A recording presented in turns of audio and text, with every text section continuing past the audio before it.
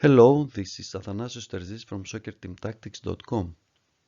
In this video we will analyze how to overload the central area with the 4-2-3-1 formation.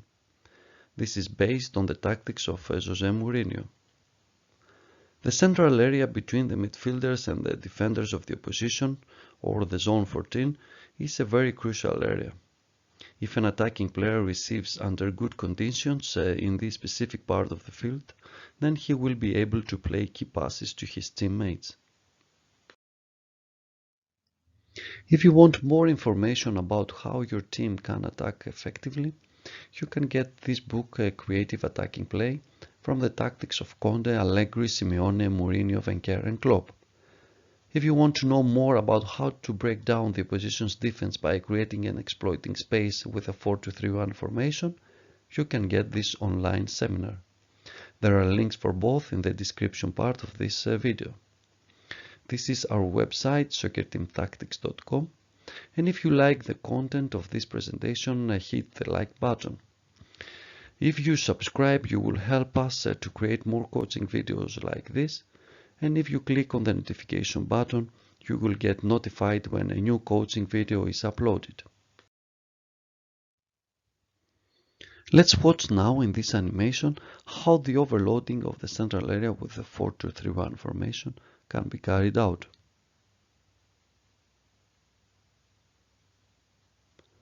As soon as the ball is moved to the defensive midfielder, the side midfielder and the fullback use synchronized movements.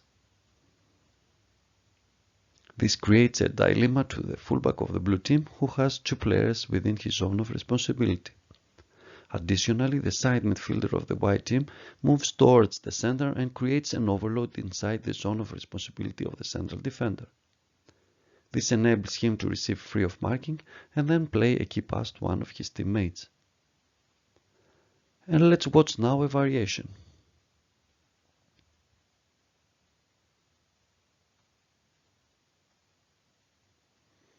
When the defensive midfielder receives the synchronized movements of the fullback and the side midfielder, the dilemma created to the fullback, and as the side midfielder continues his movement towards the inside, he creates an overload inside the zone of responsibility of the central defender. He receives after the passing combination and plays a key pass to one of his teammates. Let's watch now what happens if the fullback of the blue team makes a different decision.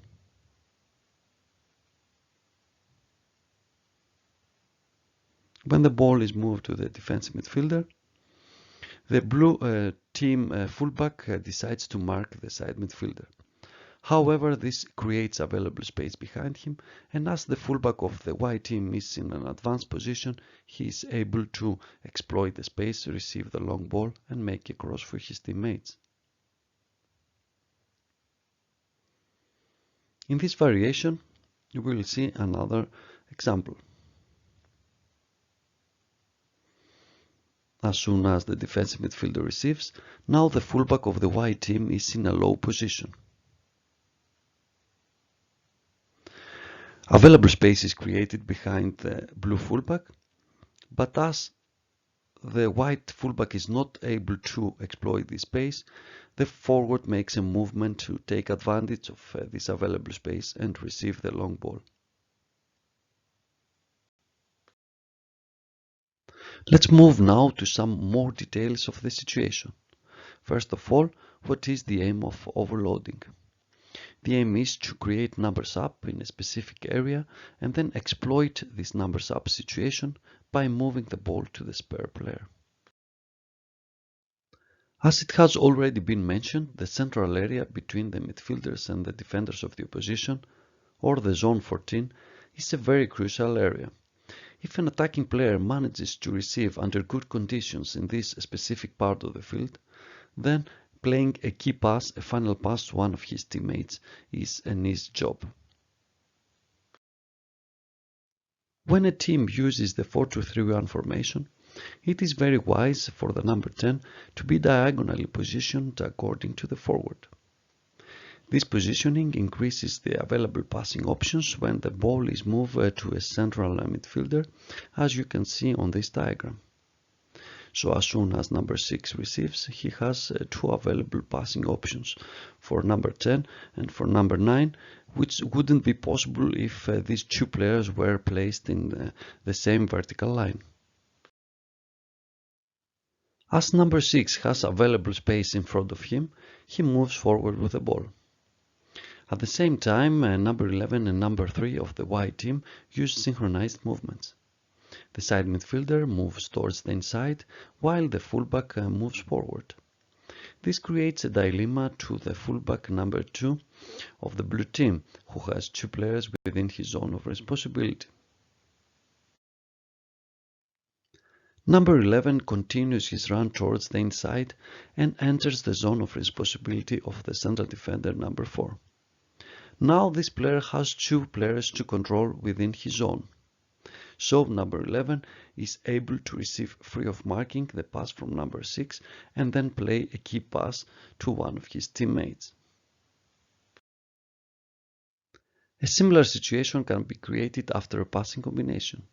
Specifically, number 6 moves the ball to number 9, and as number 11 continues his run towards the inside and enters the zone of responsibility of number 4, receives the layoff pass from number 9, and then he is able to play a final pass, a key pass to one of his teammates. Let's watch now what happens if the blue team decides to prevent the overload created in the central area. Specifically, the fullback number 2 follows the run of number 11 of the white team and prevents the 2 against 1 from happening. Now we have a 2 against 2 situation in this central area. However, this reaction from number 2 creates available space behind him. This space is exploited by the forward run of the fullback number 3, who receives the long ball from number 6, moves forward and then makes a cross for one of his teammates. If white number 3 is in a low position and the side midfielder number 7 of the blue team is able to control him, maybe the decision of number 2 of the blue team to mark number 11 of the white team deep is easier. However, the reaction of blue number 2 still creates available space behind him. This space can be exploited by the forward, who makes an opening up movement in order to receive on the run the long ball by number 6. Afterwards, he moves forward with the ball and makes a cross for one of his teammates to score.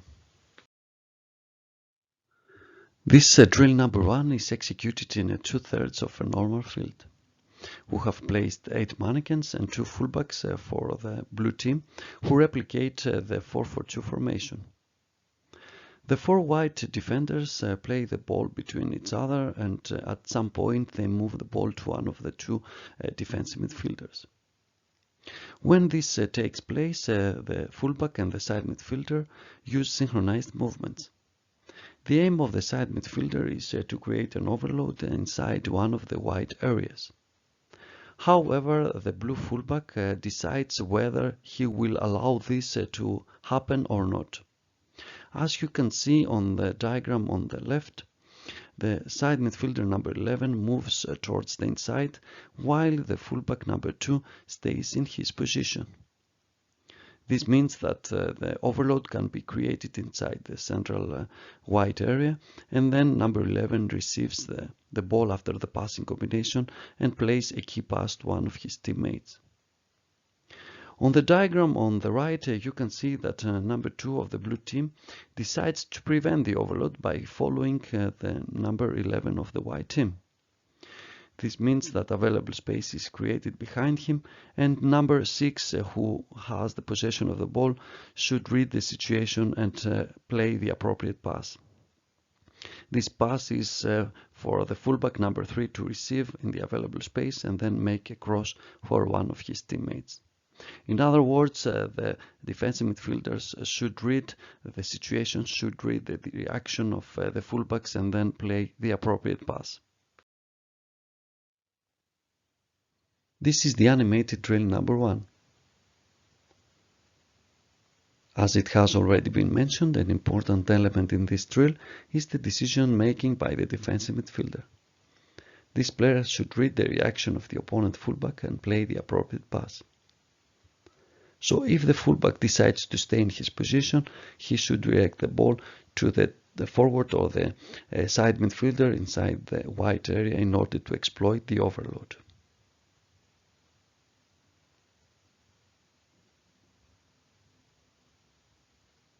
If the fullback decides to follow the side midfielder deep and prevent the overload from taking place, as you can see on this example, then the defensive midfielder should read the reaction and direct the ball towards the available space for the fullback to receive. Finally, if when the defensive midfielder receives, the fullback is in a low position and he is unable to receive the ball towards the available space, as you can see on this example, he should direct the ball to the forward who makes an opening up movement to receive on the run and then cross the ball for one of his teammates. In drill number 2, we make one step forward and we add 2 center defenders for the blue team. Now the defensive midfielder should read again the reaction of the fullback, play the appropriate pass, and then the white players have to overcome the pressure of the blue defenders and score.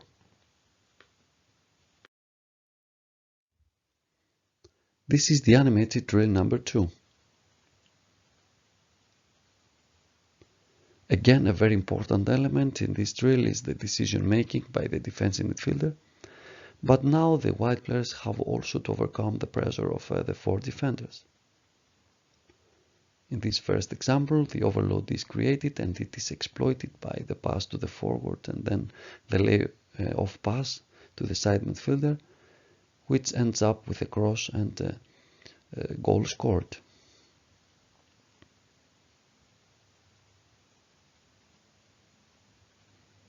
In this second example, as the white players pass the ball around and find a way to move the ball to the defensive midfielder, the fullback of the blue team decides to follow the side midfielder deep. So the appropriate pass towards the available space is played for the fullback to receive and then cross.